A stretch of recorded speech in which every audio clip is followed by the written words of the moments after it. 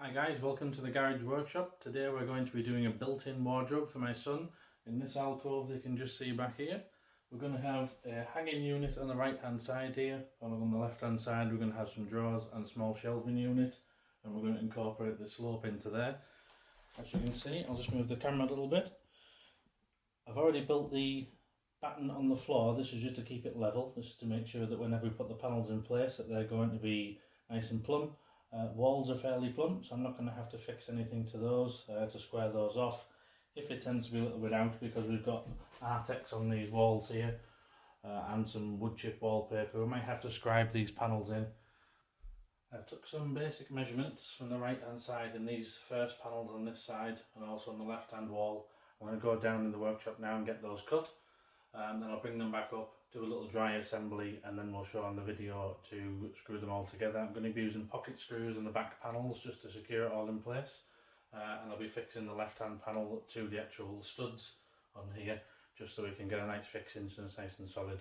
We're going to be doing the unit in two different sections. So we're going to be building a bottom section which is going to have a hanger space at the bottom along with the cupboard doors, or the drawers I should say, and that's going to be built separately just because on the third floor of the house it's difficult to bring all the pieces up and down. Very small door to get through with a 6-foot piece of MDF.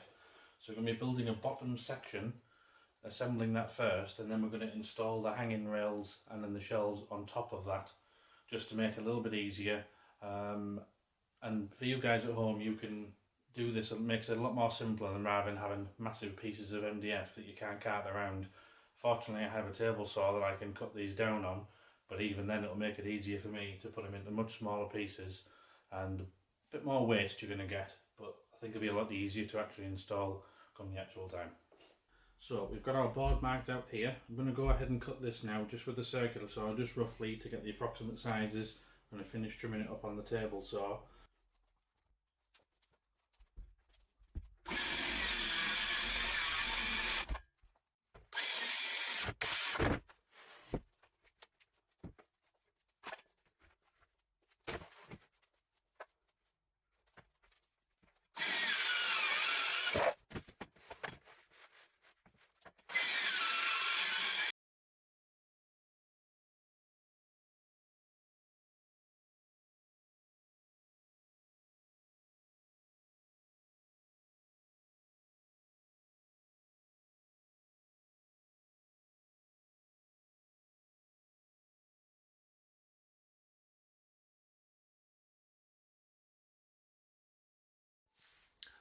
So we've got our product pre-assembled here. It isn't being screwed in yet. We're just going to do some Kreg fixings on the underside and the back and bottoms here.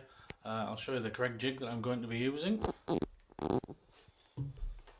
Choose this just here. I'll leave the links below for you to get these on Amazon. So with these Kreg fixings you just need to mark on the undersides where you want the actual fixing to go. So it basically lets you bore a hole on an angle. So if it was this one for instance, it would bore it so it always goes into the underside. You never want to fix it so that it goes on this side here, otherwise the screw will come out the other way. I won't be fixing this particular one in this side. I'll be going from the underside in top side into here, because this is going to be covered by the top piece. This one will be screwed into here, and the bottom ones, because they're going to be hidden by drawers and cupboards, they're going to be fixed into the sides in that way.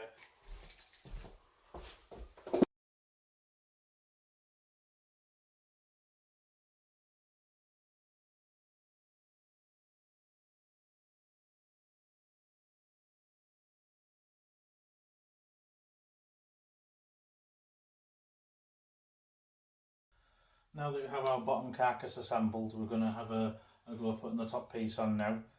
So the only thing we're going to be careful of in this top piece is, because of the angled roof, we're going to have to be cutting these particular pieces on a 45 degree or whatever the actual ceiling may be. So it's very unlikely to be 45 degrees. So one thing we're going to do, which might find a bit easier for securing, so I'm first going to put a backing panel across the back here and shape that to the wall. I've then got something to fix these particular boards into, so that's going to be plugged and drilled into the brick wall. These are then going to be screwed with pocket screws to the back and to the bottom of this shelf here.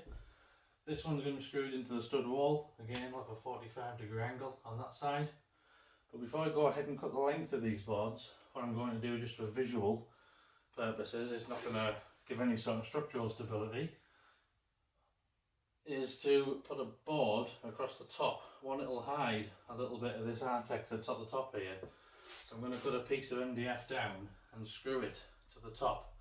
So I'll have to obviously cut an angle down here, and then it'll have to have an angle at the top for where this roof part comes in. So I'll go ahead and get those marked up and cut now. I'll cut the video through so you're not having to bore you with that. As you can see, with the miracles of TV, the bottom part carcass has already turned white in the blink of an eye.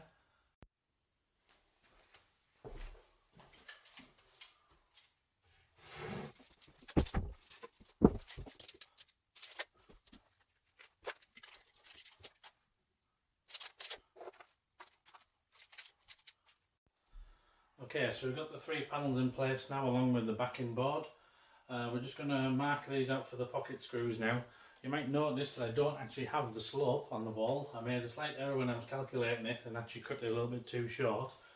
So what I'm going to do is I'm going to put these 3 uprights in first, and then just cut 2 smaller pieces for the actual roofing part, and then I'll put the flat piece on the top. So I'm going to get these marked up now, and then I'll show you how to use the Kreg jig just to put these pocket screws in. And then we'll finish the video there. Second part, we'll be doing the doors and the drawer slides, making the drawers themselves and putting the hanging rails up. I'll get on with that now.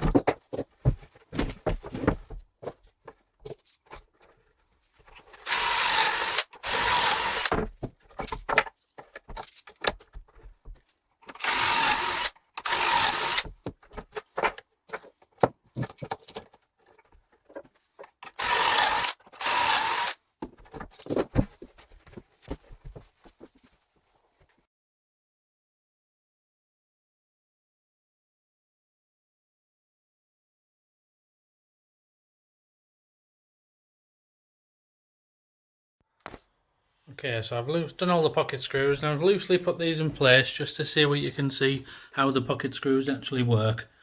So you can see that it countersinks a hole for you to drill a self-tapping screw straight into there, so there's no need to pre-drill or pilot hole drill. That'll go straight into the wood below, and use a certain size screw for the thickness of wood that you're using, which is all got a gauge on the actual kit that you buy, so you don't have to worry about using the wrong size screw and it coming out the other side. So I'm going to get these painted and then I'll get them put on, and then they'll be painted up for the next video, and then we can concentrate on the next part.